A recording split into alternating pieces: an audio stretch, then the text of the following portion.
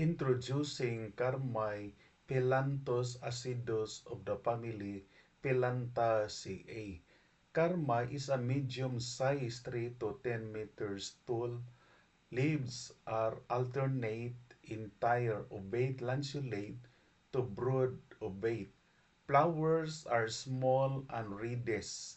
Fruits are globose, flattened laterally, angled to 2 centimeters in diameter, bright yellow-green, juicy, and acidic. Karmay is indigenous to tropical Asia. It is widely cultivated in the Philippines. It is occasionally planted as an ornamental and shade tree. It is propagated by seeds. Karma is a fruit-bearing plant of notable nutritional and medicinal value.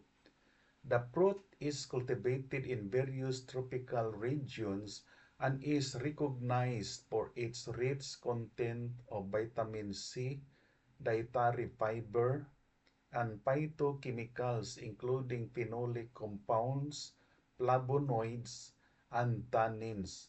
It exhibits significant pharmacological properties including antioxidant, anti-inflammatory, anti-diabetic, and antimicrobial activities.